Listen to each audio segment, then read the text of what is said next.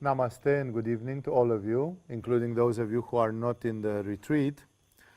I wanted to offer the opportunity to everybody because it was the day of satsang, and at the same time I wanted to do this presentation for the people in the retreat.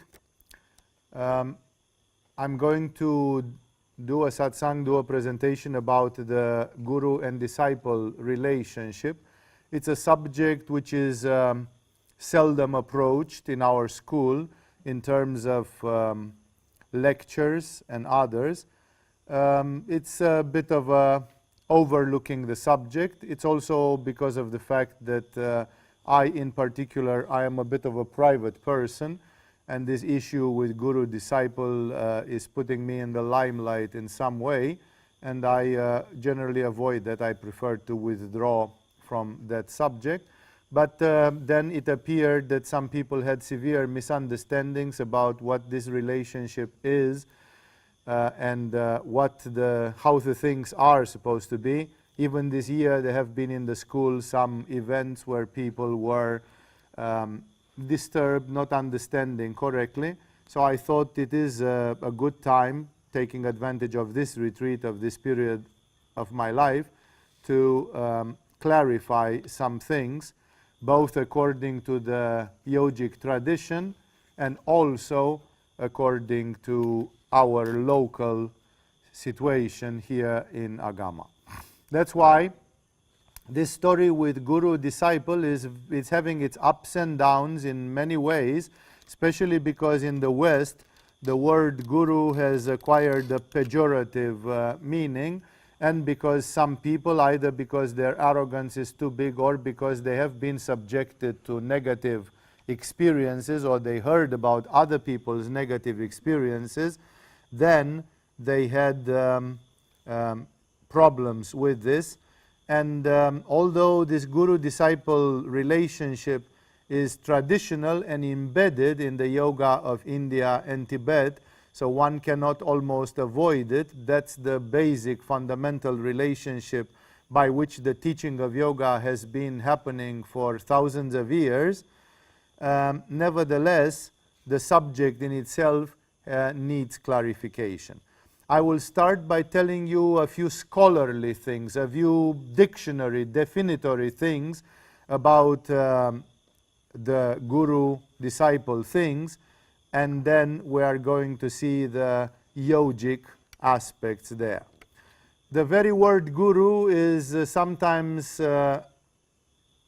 defined etymologically as coming from the syllables gu and ru, and the fundamental yogic text like the Advaya Taraka Upanishad explains the word guru by saying the syllable gu means darkness, and the syllable ru, he who dispels them. Because of the power to dispel darkness, the guru is thus named. So the guru is the dispeller of darkness. And it's a definite thing stated in scholarly, if you go and look for the word guru in Wikipedia or places like this, you will find statements like those which say that the ultimate liberation, the supreme spiritual goal, the contentment, the freedom in the form of moksha and inner perfection is considered achievable in the Hindu beliefs by two means, either by the help of a guru or with evolution through the process of karma, including rebirth in some schools. So either like Buddha, you wait until you lived all your lives and then you reach, like Buddha without an explicit guru, or the guru is necessary to shorten that time to help you take a shortcut. At an individual level in India, the guru is many things, including being a teacher of skills, like somebody that teaches you mathematics, carpentry, dance, music, is also a guru. A counselor, one who helps in the birth of mind and realization of one's soul, one who instills values and experiential knowledge, an inspiration, and one who helps to guide a student's spiritual development. There is the yoga guru, which is about yoga and enlightenment, but then there are many, many other types of gurus. The funny thing is that in India, a guru is respected anyway a lot, because they have this theory that if you don't have a guru and go in the jungle and live with the wolves, you become a wolf.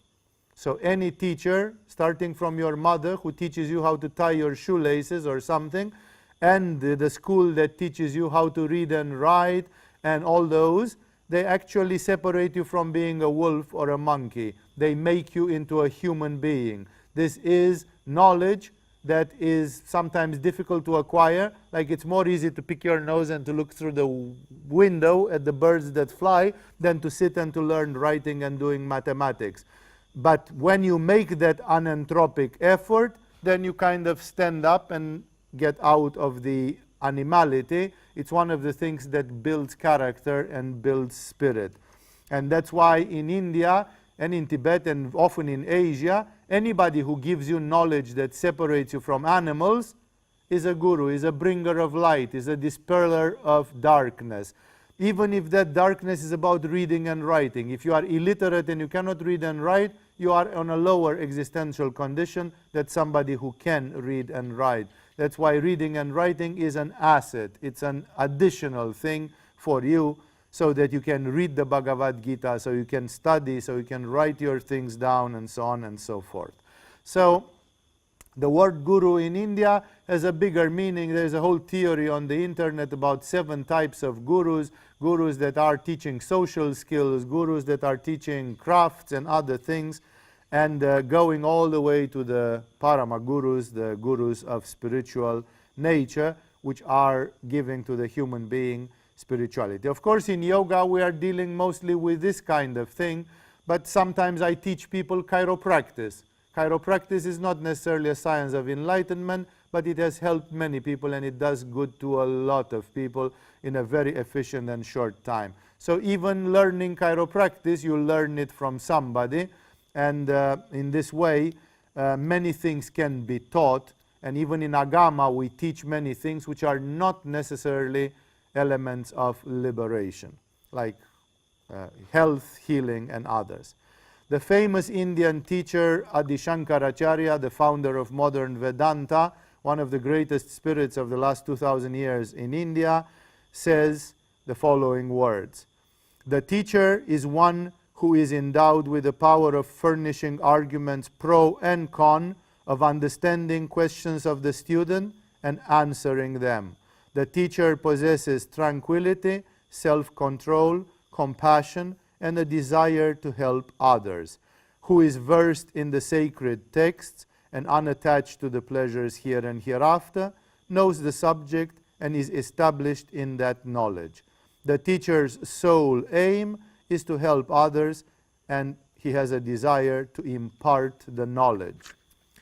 And Kularnava Tantra, a more radical text, a tantric text, who is more wild than Adi Shankaracharya, who has a pretty moderate discourse. Kularnava Tantra, when talking about the spiritual teacher, the guru says, "Gurus are as numerous as lamps in every house, but, O goddess, difficult to find is a guru who lights up everything like the sun. Gurus who are proficient in the Vedas and so on are numerous, but, O goddess, difficult to find is a guru who is proficient in the supreme truth. Gurus who rob their disciples of their wealth are numerous, but, O goddess, difficult is to find a guru who removes the disciples' ignorance. Numerous here on earth are those who are intent on social class, stage of life, and family, but he who is devoid of all concerns is a guru difficult to find. An intelligent man should choose a guru by whom supreme bliss is attained, and only such a guru and none other." Also in the Theravada Buddhist tradition, the guru is a valued and honored mentor, worthy of great respect, and is a source of inspiration on the path to enlightenment. However, the teacher is not generally considered to be a divine figure, but rather a spiritual friend. Because in the Theravada Buddhism, sometimes the guru, the teacher, is like simply a more advanced practitioner, is an elder, and he is not necessarily enlightened. Everybody learns from an elder, and then that elder is considered a spiritual friend. This is a very important division, because in the world today, when many masters like the Dalai Lama or Alan Watts in Buddhism or others, when they spoke about the guru institution, they have said sometimes the guru is a paternal figure, like his father and mother to the disciples, and sometimes the guru is like an older brother or simply a spiritual friend. And how do people integrate themselves with their guru? It's entirely their choice how they can connect.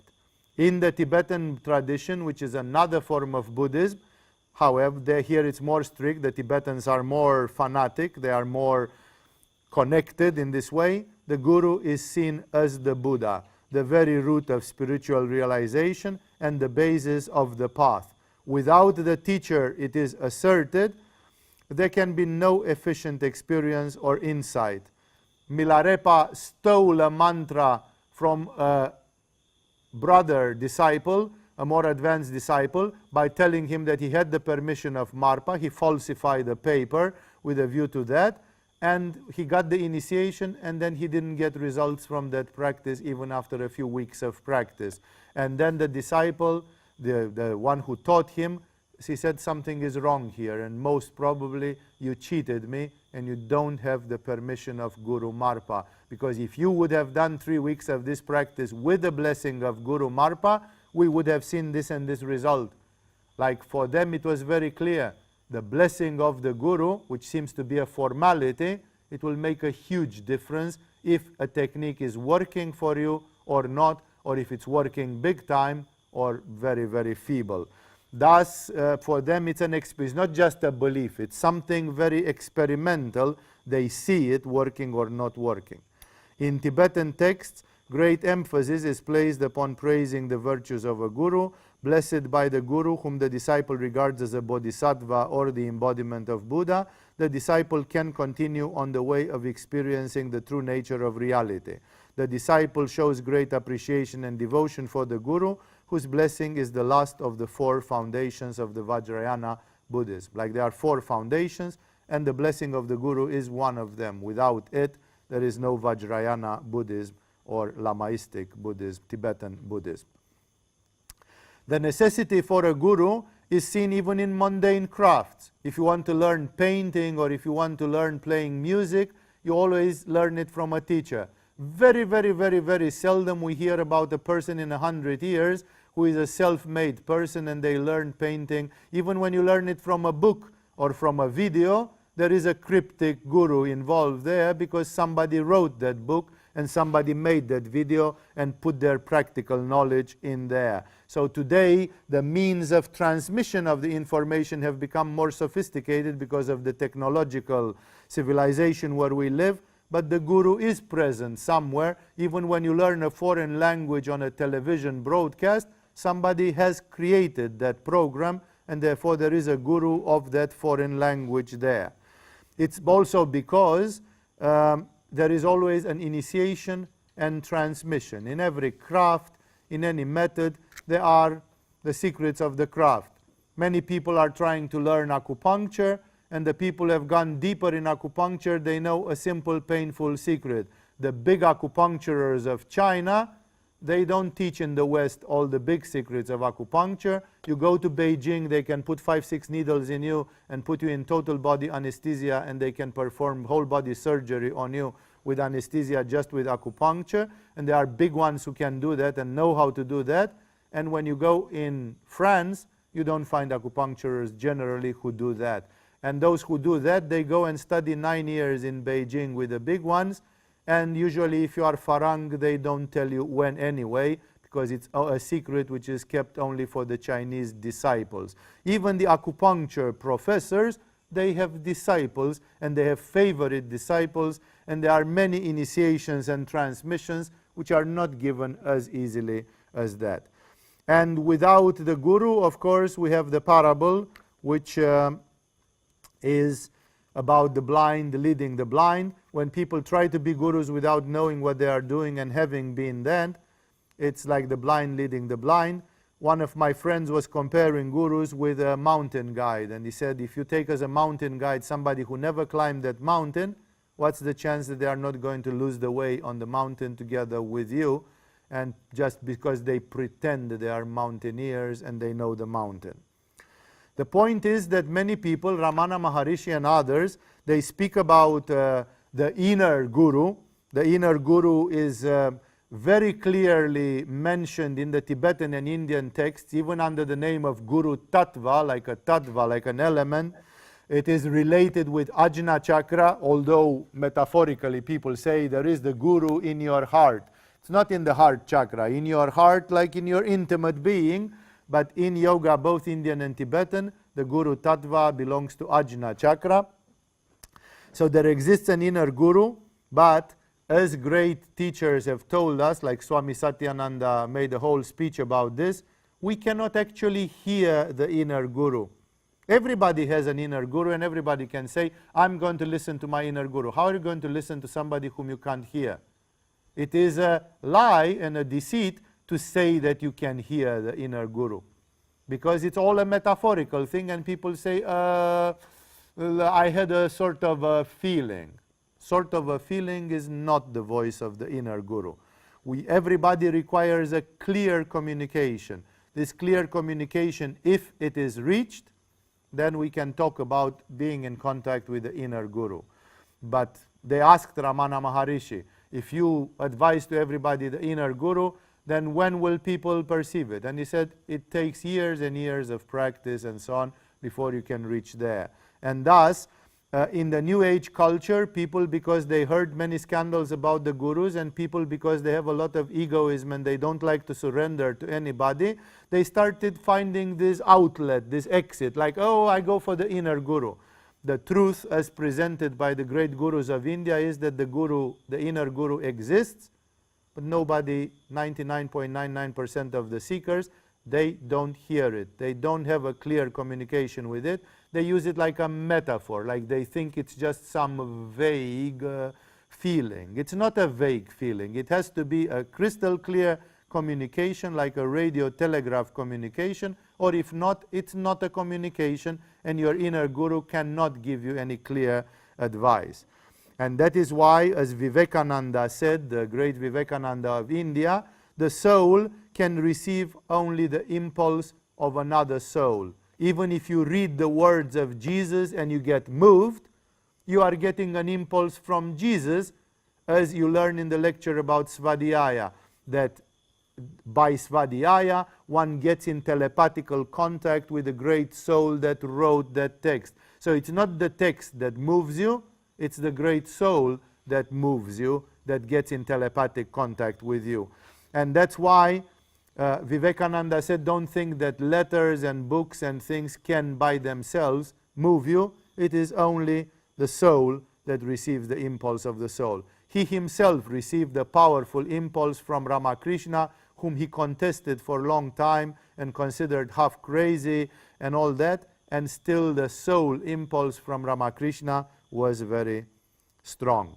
The same text, Kularnava Tantra, shows very clearly the fallacy of looking upon the guru as just a human being is.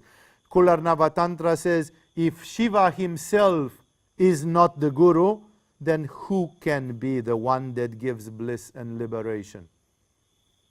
This obviously shows that the guru is not guru by themselves. The guru is guru because it transmits an influence of the divine, and the power is not in the guru. The guru is a link in this story. And therefore, this being said, we usually, all the yogis agree with this, that we need to choose an outer guru whom we can see and hear, through which we ask for grace. Because the inner guru, although it exists, we don't see it, we don't hear it, and thus it becomes just a theory that... So the external guru is necessary, and that simply means it depends very much of our attitude. There is a famous Kagyu. Kagyu are the red-head lamas of Tibet. It's one of the branches of Tibetan Buddhism. And the Kagyu school, they have a famous quote about the guru, which is quoted in many anecdotal Tibetan books. And it says, as simple as that, like the Kagyus being Buddhist, having a little bit of this Buddhist rationalistic thing, They simply go and simplify things. They have that legend with the tooth of Milarepa, which some of you have heard in our lectures, and they say the following dictum, which you should always remember if you want to dwell in spirituality. It says, if you see your Guru as a fully liberated being, you will receive the blessing of a Jivan Mukta, or a fully liberated being.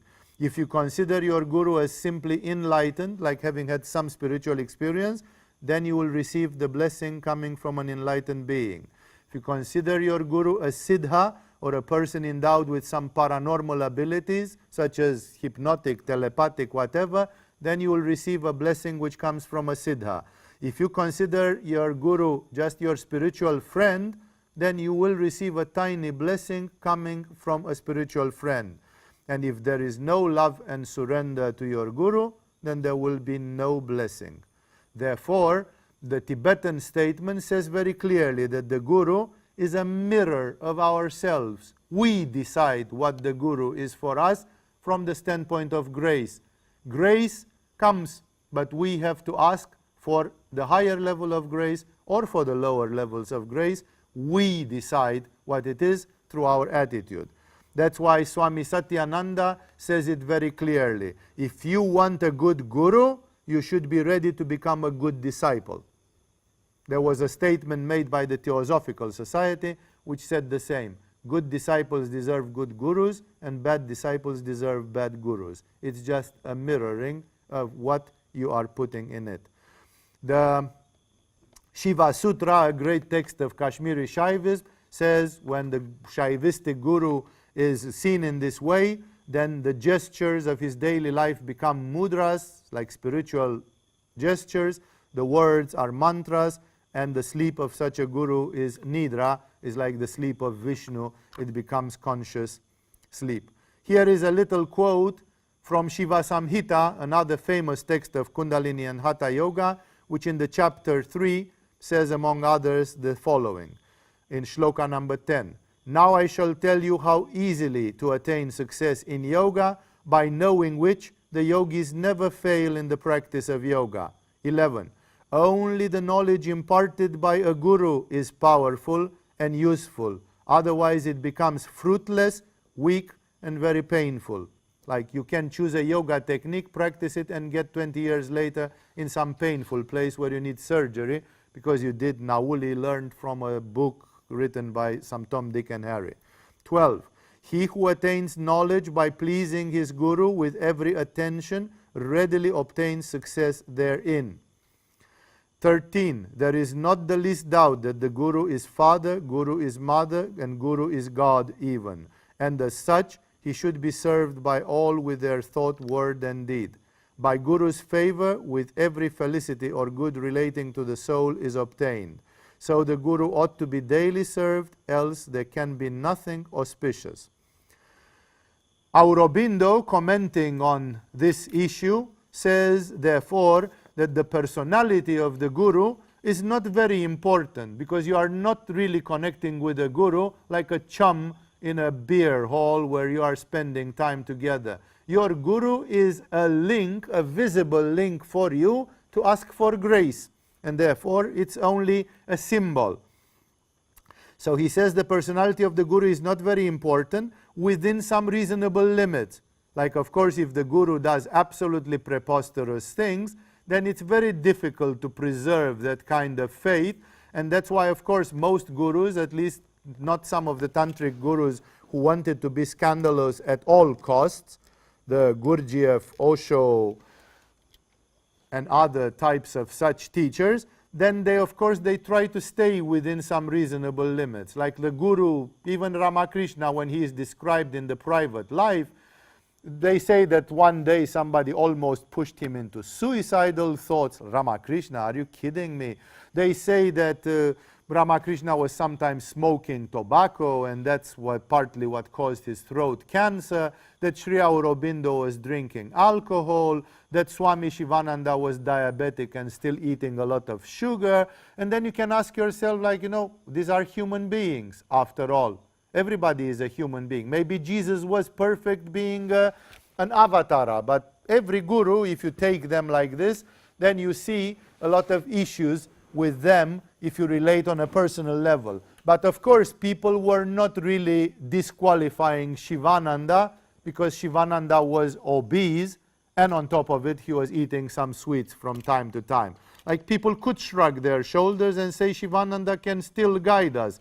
He is a human being, he's having his things to sort out, maybe he's taking too much negative karma from us, his pupils, and this fucks with his mind in some way or another, or with his body, but nevertheless, we can use Shivananda as a channel for grace and learning. So that's why Aurobindo says the personality of the Guru is not very important if it's within some limits. I've seen people crossing those limits. And he just needs to have the knowledge and realization, and then what matters is the faith of the disciple. Like the Tibetan thing. If you think your disciple is liberated, you are asking for the advice and blessing of a liberated person. Vivekananda agrees with this, and he says the Guru must truly know the spirit of the sacred scriptures, like the spirit of the scriptures. What does Gheranda Samhita want to say? What's the spirit of it? Of course, we are having in this respect some extreme gurus that have pushed this relationship into elements which are extreme. Most gurus are not planning to go there. Some people are extreme. We know that even here in the school there are people who have a lot of fire, practice extreme sports, and on Sunday when everybody is resting, they go skydiving or kite surfing or climbing the Kawara hill or something like this. And it's obvious that if those people will one day become gurus, they are going to be gurus with chilies up their asses. That fire is not going to calm down, and they are just going to be a bit extreme. And being extreme, I never took my Viras in the Vira groups and said, come on, let's see who's got the balls, who wants to come on Kawara with me on Sunday. Because I would hate to sweat up on the road to Kawara. No? So I myself don't take people there. But other gurus, if they would be instead of me, they could be making a boot camp out of Kopangan, out of Agama, and kind of push. And there are many people who say, but Swami, why don't you push? We'd love you to push a little bit more.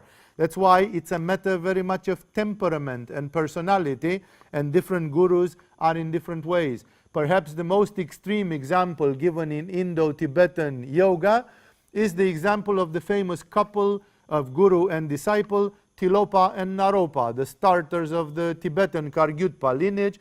They are Tilopa, Naropa, Marpa, Milarepa, Gampopa, and then the Kargyutpa school is starting from those 5.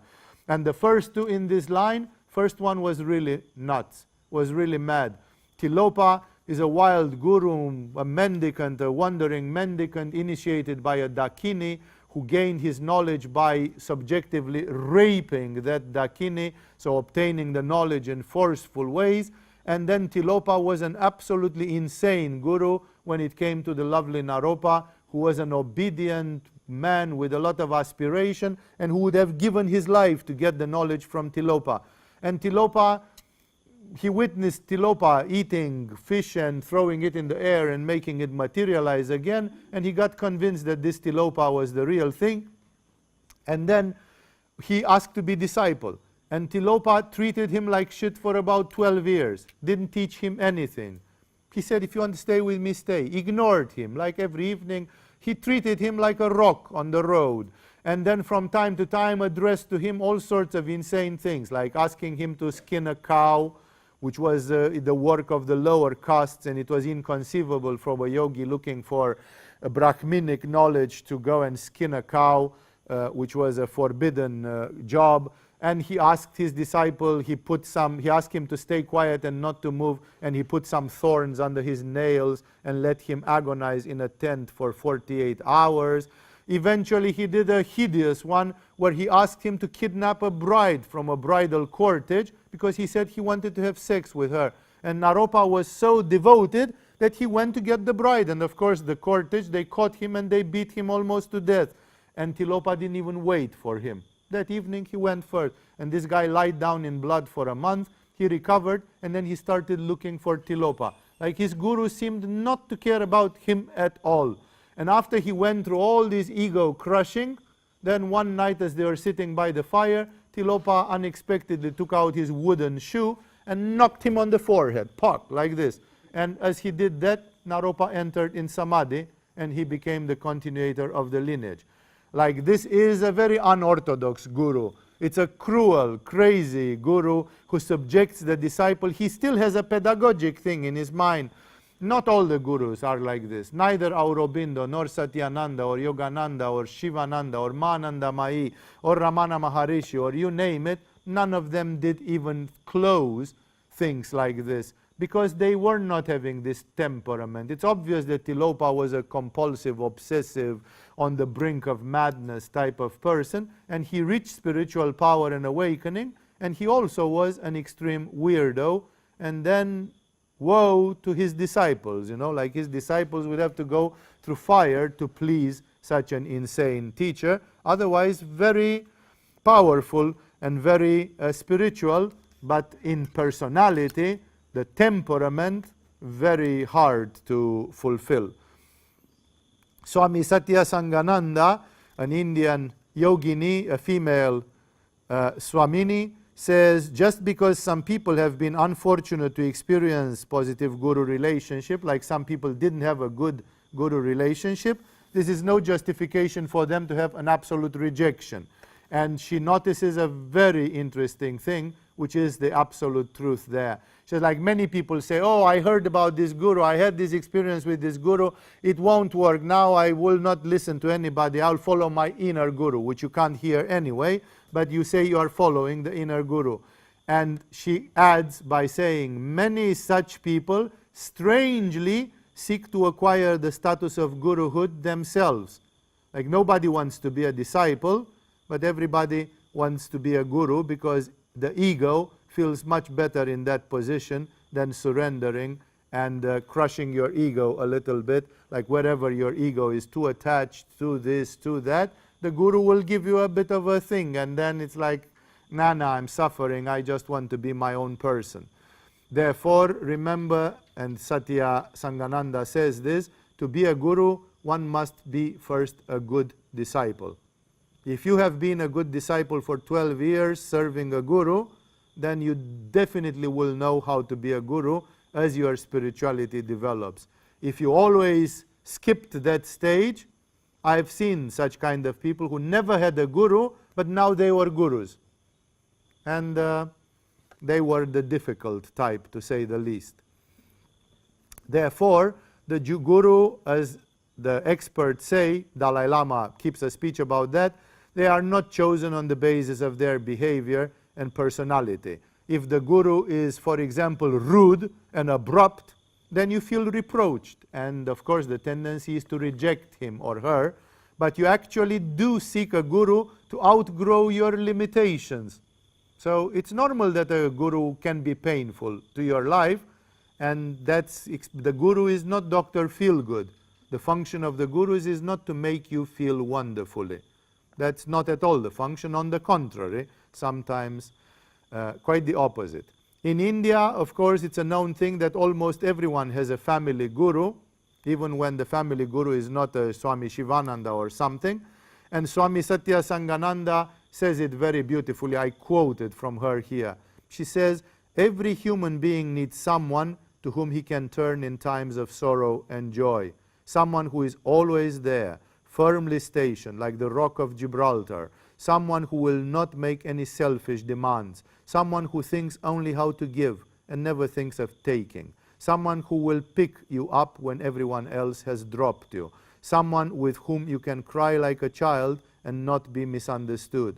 Someone who has the wisdom and grace to help you overcome your afflictions so that you may again stand on your feet. In the Guru, you can discover all these qualities and sometimes many more. Of course, all these conclusions, especially in Tibetan Buddhism, they go to say that that's why one must never criticize their guru, who is the vessel of your own grace. Like whatever limitations the guru has a personality, you're not coming for that, because you don't try to make family friends with the guru. You're asking for teaching and grace. And Tibetans say criticizing the guru is like spitting on the plate from which you eat. Like nobody spits in the place from where they take food. And that's why if the faith is lost, you have to work on it to get it back, or else it is better to find another guru. Maybe the same experience will occur there. There are people who have tried 10 gurus in their life and all of them displeased them, which actually tends to show a problem with the person who is seeking, not with the gurus. When it happens more than once or twice, it starts becoming a pattern and it starts showing something else. In India, Swami Satyananda defines different types of guru, just for you to be a little bit in the environment. The yogi guru, who is more than a yoga teacher. The yogi guru is the one that teaches the teachers how to teach yoga, the teacher of the teachers.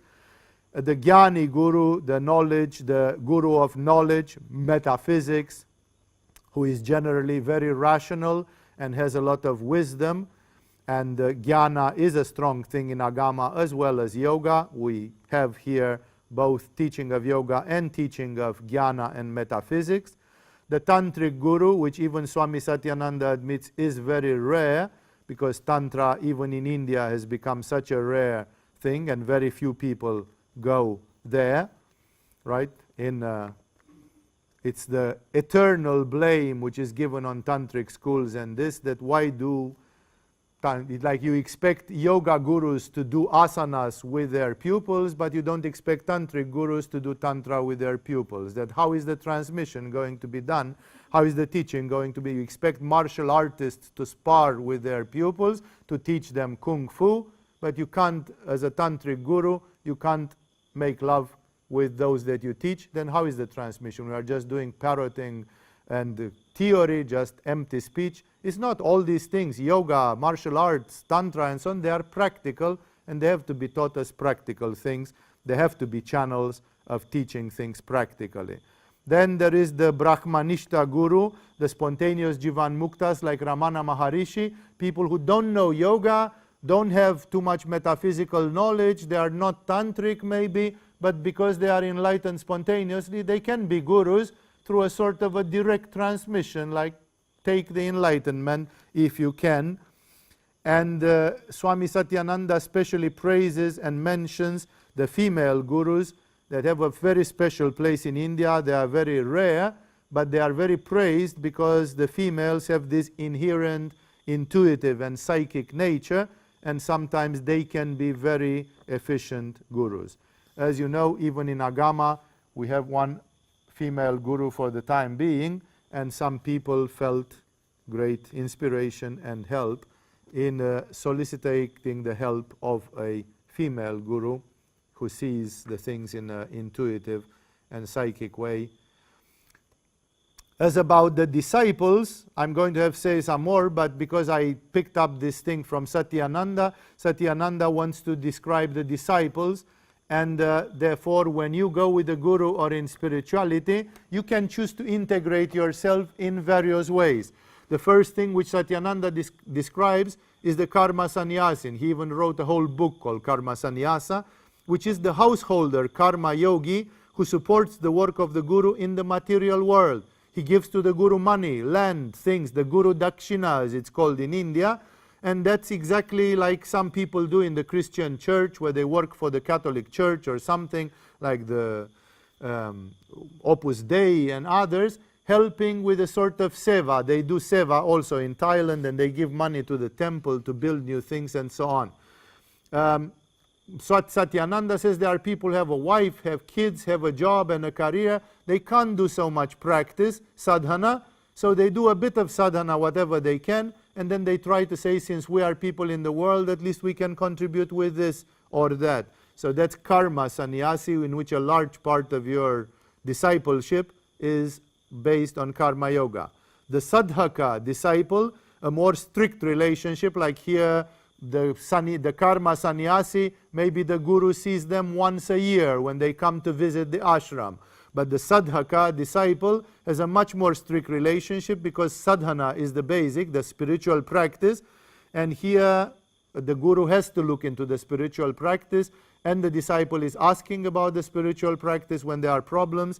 And Satyananda then says it's better if there is no interference from other sources, Like usually when you want to become somebody's sadhaka disciple, you don't mix two types of yoga, two advices from two different teachers. If you want to be somebody's sadhaka disciple for 3 years, you do 100% what that teacher tells you with no outside interference, because the teacher then is in charge and responsible of what's happening there. So he says you have to unlearn everything for that period of time. Do not try to even assess your progress, because the pupil cannot see how far he has gone along the path. And this is a path which requires that the pupil who wants to be a sadhaka disciple has to have loyalty and humility. But it's a more close relationship. The sannyasin disciple is the disciple who is doing renunciation, renounces the world, and takes monastic vows. And this, sometimes the sannyasis, the extreme disciples, they have to have devotion and faith like the householder. They have to have strict discipline like that of the sadhaka, and they have to have a lot of surrender of the ego, because these are the people who want to kind of renounce everything and become monastic, and then the guru has to deal with their ego sometimes. That ego needs sometimes a bit of treatment. There is also, as he calls, the tantric disciple, which given the rarity of the tantric gurus is so rare. And the tantric disciple he defines as a very intense and total relationship, but he defines it as playful. He says the tantric disciple connects with the guru sometimes like father and child, sometimes like friend and brother, sometimes like God and devotee, sometimes like two children playing together in a garden, sometimes like husband and wife. Like the tantric relationship, of course, because it brings the practice of the left-hand tantra into the game, it is a very playful and it is a very elaborate relationship. And finally, Satyananda humoristically and ironically mentions, as expected, the white category which he calls the humbug disciple, which means those who are superficial and who resist till the first trial, who are there to cater their own ego, and or they can become simply sycophants, like bad advisors. There are people who can spend even 10 years in a school, not be real disciples. They become sycophants, they start following their interest, they start telling you, no, I'm in the 15th year of yoga with Swami Vivekananda, look at me how great I am, I have an important word to say around here in Agama, and so on. But that's, according to Satyananda, that's the humbug disciple, which is a failure. Therefore, it is obvious to say that the guru is spiritual father, mother, or spiritual brother, friend, depending on the implication. Some people like to connect with their guru, and again, it's the choice of the disciple. But the disciple can integrate himself like this or like that. For example, Ramakrishna treated his female guru and his male guru as his mother and as his father. That was his idea. He felt good to refer to them as to a father or a mother. Swami Shivananda treated his guru more like an older brother, like a friend on the path, and that's why different people can have different attitudes. And remember, it does not depend on the guru. It depends on what the disciple, once accepted as a disciple, decides to do. Therefore, and remember that it's been said, and I said it before, that there are two ways of reaching emancipation, liberation, and one way is the grace of the guru. That's why there is even a mantra in India which says the grace of the guru can liberate a disciple. That's something which is well known, but as the teachers of India tell us, one must approach the guru with sincerity and dedication, expecting nothing, and receiving whatever one gets with humility, and always striving to maintain unity. It is the same as one approaches grace. We do meditation with grace every final ceremony. When you call for grace, you don't have any expectation, and you receive whatever is given to you on that Saturday evening, because you are dealing with grace. When you are dealing with Guru, you are still dealing with grace, because from Guru you are asking grace. The Guru is not giving something from himself or from herself. He's giving you grace. That's why it's important, because when people deal with somebody personally, people have expectations, and very often they don't have humility or modesty. But if you think well what the function of the guru is, then one has to, whatever one gets, one should get it with humility and always striving to maintain unity. Since the guru is the vehicle of grace, and the disciple asks for grace, not for, come with me, let's eat some sausages in the next restaurant. No, you're not asking for an attached implication. You are asking for grace. The Tibetan proverb even has the Tibetans even have a proverb in this respect, which says, the guru is like the fire. If you come too close to the guru, you melt because you start interacting with the personality. If you stay away, you feel cold. So you have to find an exact implication, involvement with this. Swami Satya Sangananda says again, the guru is what you see in him. Your perception determines your experience with your guru. If you perceive him as unlimited, infinite, and a never-ending experience, he is that for you. If you perceive him as an ordinary man, you will always fail to realize the divinity in him. That does not mean he is not a divine being. You can't see it, that's all. To a blind man, the sun is always inexistent. Doesn't mean the sun doesn't actually exist. The relationship with the guru are defined by Swami Shivananda in 4 forms, which Ramakrishna also mentioned. He says there is the Dasya Bhava, which means the relationship connecting to the guru as a servant connects to a master. There is the Vatsalya Bhava, in which one connects like the relationship between a father and a son, a parent and a son. There is the Ishvara Bhava, which is the relationship between God and a devotee. So you can treat your guru as master, as father, mother, as God.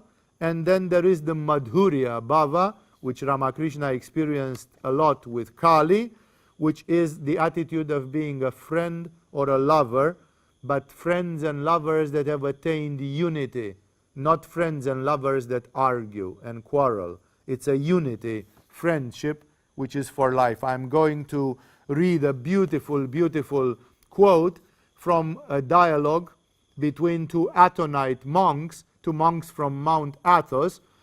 One of them was the elder, and he was not a guru, but the closest to a guru that you get to a guru in the Christian environment.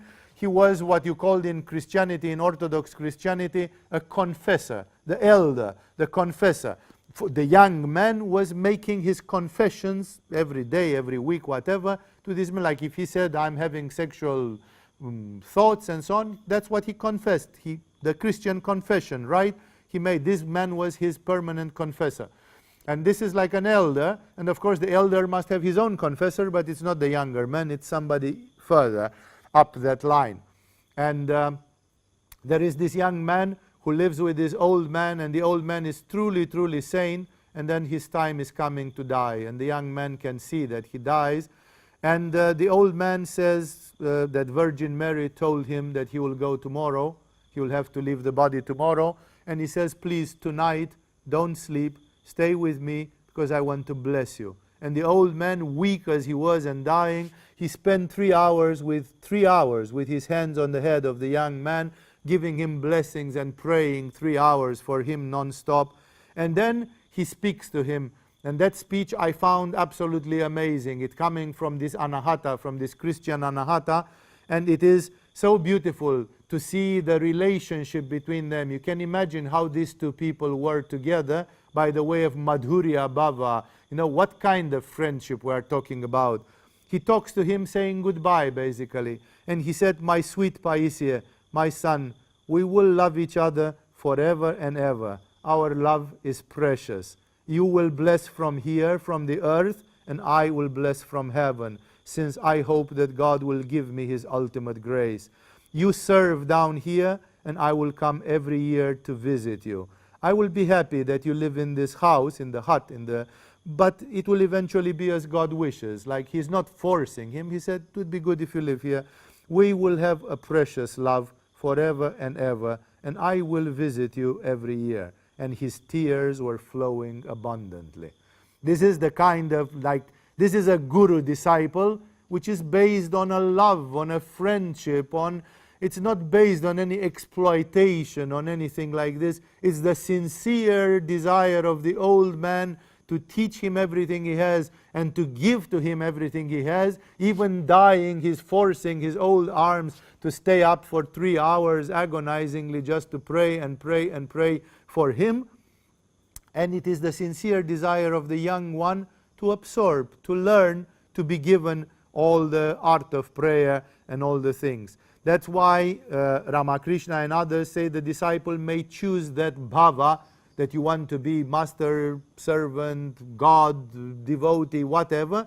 The disciple may choose that bhava that suits him or her as a tool to strengthen his link with the Guru. You want to become friend or lover with your Guru, become friend or lover with your Guru. You want to serve, you want to be a son or a daughter, you want to be a devotee, whichever serves you, it's a matter of what fits with your temperament. That's why disciples, says Satyananda again, must always be aware that they have chosen to serve the Guru, not because the Guru needs them, but because of their need to learn and grow, to evolve and to throw away the ties that bind them. There are many gurus who consider that taking disciples is a pain in the neck. It's such a complication of your life when you could just live modestly and single, and then you don't need to care about anything. So there are many gurus who are very, very difficult in taking disciples simply because they like their life to be happy and simple and not to be answerable to any obligation which this relationship involves. The guru-disciple relationship is not based on logic or on finite intellect, like I'm evaluating each other. It's a relationship based on higher awareness, because it comes from the awareness that there is a spiritual reality, this person has reached the spiritual reality, and I'm asking for it. I'm the next in line. I want to get enlightenment. It's a higher awareness. Normal people on the street, they don't think about the fact that they want to reach salvation or enlightenment, and thus they are not in such a relationship. You must have a higher awareness to first of all aspire after such a thing. To one who has lost this awareness, every act will seem futile. The intellect will shroud the mind with negative doubts. The wavering disciple will question the purpose of working so hard in the ashram for no money or for no reward. The mind will speculate about how the same work elsewhere will earn more money or status.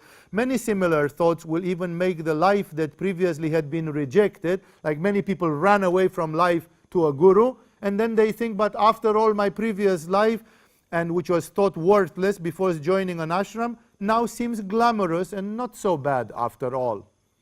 That's because falling out of grace, like not being in that relationship where I'm waiting for that grace. I can reach enlightenment if I reach the end of my natural evolution like Buddha, or I can reach enlightenment if a guru gives me a shortcut. It's as simple as that. And therefore, the sitting in the presence of a guru and not waiting for the end of time to come for you, then automatically is a higher awareness. You know why you are there, and the guru knows why you are there, and everybody knows what the nature of this relationship is. But then people forget. The disciple qualities often mentioned by the Tantras are faith, devotion, courage, deep thinking, discrimination, gratitude, ardor and perseverance, freedom from mean thoughts, thirst of knowledge, perseverance. That's what makes a disciple. A person that has this thirst of knowledge, perseverance, courage to take decisions and responsibility, discrimination, perseverance, ardor, all those things. So, in this way, we have gone through some of the main ideas which govern this story, and I hope you understand it better and better. We describe it sometimes when we describe the polarity of chakras, that it is the only relationship on Vishuddha chakra, which is called mother-baby and guru-disciple. Because like the mother who doesn't sleep and give food even from her own body and so on, and she has nothing to receive in exchange, there is a sort of illusory impression that you are getting love and thing from the little baby, but actually if the little baby is taken and given to another woman, in 1 week it adapts to the other woman and doesn't know of the first mother anymore. So actually the little baby is too small and too undeveloped to give love to the mother. It's the mother that projects and imagines that the little baby loves her so much, because the little baby doesn't have a superstructure and a cortex, an evolved brain by which he can love. Love has not yet developed before the consciousness develops and there can be a conscious choice and so on. So exactly as a mother gives and gives and gives and this is how the guru wants to be, to give and give and give and give. And this relationship on Vishuddha is very pure and very difficult to attain. And that's why some people rise there when they have aspiration in the beginning, and then they lose it, and then they start questioning, and they start then every single act becomes like, oh, I wonder why is that, and that's a situation which is sad and which is not conducive to any benefit. Like a disciple who connects like this with the guru will not get anything from the guru, because the guru can feel that the relationship is not right. Surely you can still pay 4,000 baht and learn the Agnisara Dauti or something like this. The question is how you are connected. In Agama, we are a tantric school, so therefore the tantric guruship is happening. This school is based on yoga, therefore the yogi guru. It's based on jnana. We give so much knowledge. We're probably one of the schools in the world that gives the most clear, scientific, rational, technical knowledge of Kundalini, chakras, energy, yoga, different levels. So our metaphysical jnana is a lot. You can expect that from us. There is the tantric tradition, as I said, it's represented. And of course, because of the public school-like structure, like we are an open school where people can pay even on internet and come to the first level intensive or join a workshop. So it's a little bit like a public school. It's like in the beginning, everybody has access to some of our teachings. Because of this mass structure in the beginning, many pupils are confused. They don't know anything about the fact that they are in a school where they could have a guru, or where they could go to enlightenment, because they are confused. They don't even know what's left and what's right. And they learn the basic things, and therefore they do not connect with the guru or with the gurus. They need time to search their hearts, to search their motivations.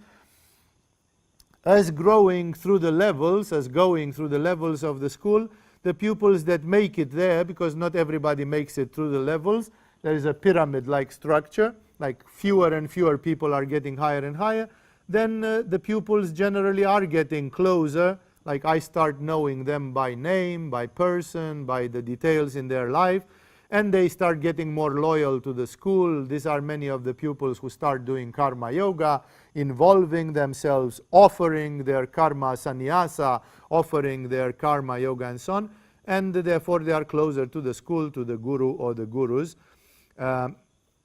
in this process. Therefore there comes, and that has not been taken care in a public relations way, like it's not a thing which is quantified, because it's such a discrete level of the soul, that there comes a discrete unadvertised stage as people go through the levels where people really start considering Agama as their alma mater, as it's said in Latin, like the school of their soul. There are people who have gone through some levels, fewer or more, and then they say, this is my alma mater, like this is my basic thing, this is what I want to be, teach, represent. And then such people can consider Swami or can consider Anandamaha or their guru in this respect.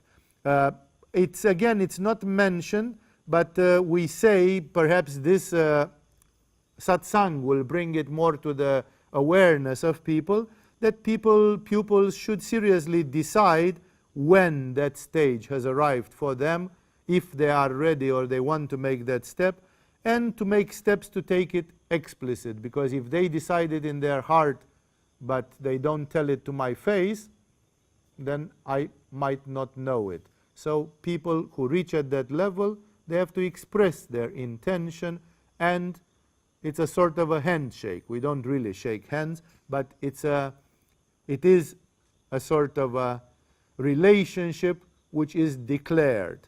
That's why, just to make it clear, because some of the advanced pupils of the school who connected to me in these ways, but through their own intuition, through their own, like they somehow found their way, and now they consider themselves to be my disciples and me to be their guru. And we never really had a moment where they shook hands, but of course they let me understand what their intentions are. And this is, of course, there are duties on both sides, because when somebody assumes to be a disciple, then automatically I have different obligations as compared to people who now are coming, now are going. They just come 2 days at the first level intensive. I just see them as faces in the crowd, and I do not have even their name or something. It's okay for a while that people learn yoga like this until they can wake up and find out what they want to do if they really want to continue. But continuing and continuing and continuing, people are expressing this, that, hey, I'm interested in this school, I'm interested in this line, I'm interested in taking the teachings and the spiritual protection of this person, and therefore it's going in that direction. That's why advanced pupils, they've said, you know, many people don't see you like this because they have never seen you in that way and never had a relationship with you in that way, and at least you have to make it clear to them. That's why I am making clear to you. I am open and available in being your guru, but I am not be the one to propose this relationship to you, because it is not according to the tradition. It's not gurus who ask people to be their disciples, never ever. It happened a couple of times as great exceptions and for very particular reasons. So if you feel that this is your dharma, and then this relationship of love and spiritual friendship, or what it is, and oneness, it can be started. And you have to decide when you want to make that step forward and volunteer for it. It can still be that, of course, it's not automatically always going to work, but of course, first there needs to be a proposal of the kind. And of course, that stability and loyalty are required. These are not things to be taken lightly and so on, because there are duties on both sides. There are responsibilities which go more than one lifetime. Sometimes gurus take care of their disciples for lifetimes in a row. There is a consecration there. There is the participation of the universal consciousness in all this dance, in all this game. And that is why people perhaps have not been told clearly, because in the Agama educational system we have levels from 1 to 100, or how many levels, I never counted them. And many people go through the levels, but automatically they are sometimes hitting the jackpot, like they somehow get into the right position. They instinctively, they place themselves in the right relationship. And I know them, and they know me, and I am aware of my obligations, and we are doing these things. I had pupils who I have seen working yoga and doing honestly spiritual practice and addressing the relationship with me in very serious ways, and 10 years had passed since they were doing yoga, and I could not see certain results because their practice of yoga was perhaps not intense enough. And then I interfered directly in their evolution, finding alternative solutions, and those people did experience states of samadhi, and they have been going in there. They acknowledged it, they realized it, and so on. They were happy about it. And in this way, this relationship is a very functional relationship, but one has to be very serious about it. And that's why, because things are not going like a public school thing, these things have a sort of a personal nature. As I said, I, for one, I am a more the cryptical type of person. I don't like to make too many public demonstrations and things like that.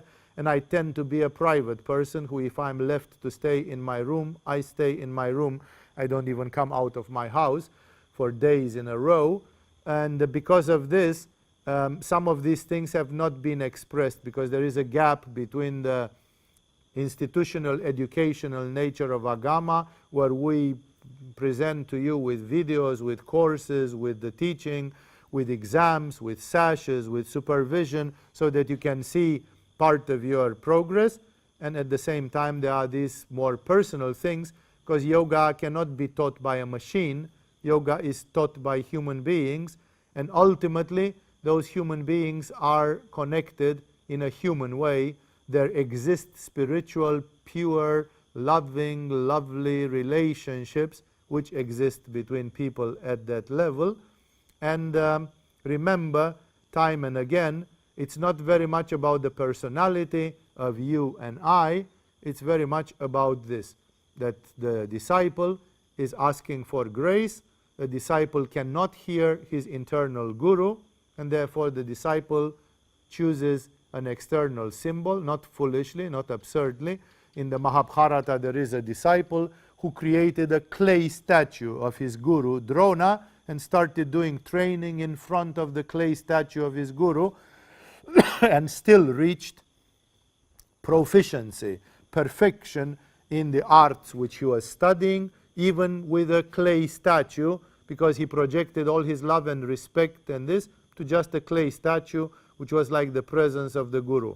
So it's very important for the disciple that when he looks for grace, he should stop being arrogant, infatuated, and kind of say, no, I don't need anybody, I'm smart and big enough.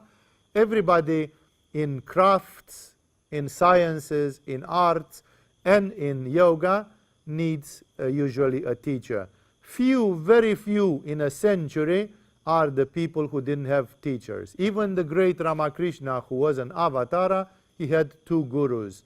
Even the great Abhinavagupta, who was considered to be an avatar of Shiva, describes, if I remember correctly, something like 18 gurus of his in his life. Shankaracharya, the great Shankaracharya, claims that he learned spirituality from 30 gurus, when eventually he settled to the last one which brought him the knowledge. And that's why this guru-disciple relationship is actually a very beautiful relationship. It has been polluted often because many modern people, starting with the 1960s and so, they have taken it down into places of irresponsibility. Many people thought it was just a silly joke and that they could treat it like a joke and so on. And unfortunately, because of this, there are also stories which are disappointing, discouraging. I myself have been I encountered people who deserved my veneration and respect from one end to the other, and I encountered people who at some moment they deserved, they seemed worshipful, and then at some other time they were not worshipful at all. They were, on the contrary, they were terrible. And thus, I myself know how this story goes, and yet I would not give up my own feelings of discipleship. If I wouldn't have had 20 years where I have been a disciple, whatever years I count till whatever moment, if I wouldn't have had those years, I would have felt very handicapped. I would have felt that I lost some very, very important part in my life. That's why this relationship on both sides of it is a very precious relationship, and you have to think about either spiritual friendship or parental relationships or others, whatever fits your typology, whatever fits your consciousness. Remember that in India it's more easy, because in India almost every family has a guru, at least the traditional families, and therefore it's a thing which is known that you are getting a blessing and you are getting some grace even in this way. There could be so much more to say. I've seen hundreds of pages written about the marvel, the mystery, the magic of this master-disciple relationship, and to a great extent it is indispensable. In yoga, it is inevitable that you learn from somebody, that you have an elder, a confessor, a respected teacher, and of course some of these teachers are more like mentors, they are like more advanced teachers, and sometimes with some people you connect at the level of guru-disciple because of the need for grace. Grace is inevitable in the spiritual life, and sometimes you have to direct that grace towards the person that can provide it to you. That's a little bit of a glimpse for all of you in the school, which also helps you to clarify some things, because I have not spoken clearly about these things. I did not include them in the yoga courses in the school, allowing this issue of teacher, pupil, and guru, disciple to go to be between the lines like this. But being between the lines, I left a part of the tradition of yoga unexplicitated, unspoken clearly about, and I could see the consequences, that some people misunderstood the nature of their relationship with the school, of their relationship with me or with other advanced teachers or with the other guru of the school, and because of this there resulted more confusion, more suffering. So I thought I would have this lecture even recorded so that people can see it, hear it, and in this way have a bit of a feeling about what can happen here in Agama. With this, I have finished for tonight. This is the satsang, and if you'll have questions, of course, when there are questions and answers sessions, we'll go for that. With this finishing the satsang, I'm just addressing the people from the retreat. Tomorrow morning at 8 o'clock we continue with the last day of our retreat. And for all of you in the school, I'm saying that at 7 o'clock tomorrow evening, there is the last hour of meditation here in the retreat, and that's actually an open meditation for the whole school. Because tomorrow is the birthday of Muktananda and I know of other people who have birthday in that day, but we are acting here as two of the known teachers' faces of the school. Then it is the habit and that we are offering a meditation. I'm going to explain a few things about that meditation, what kind of meditation it is, and then we're going to do it. So tomorrow between 7 and 8, everybody is invited and welcome to also come here, because it's an open whole school meditation.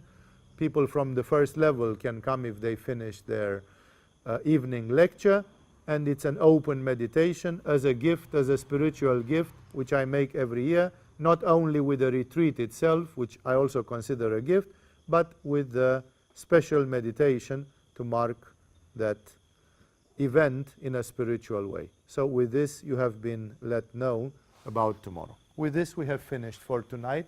Namaste to all of you. Thank you for joining, and see you one way or another tomorrow or the next days.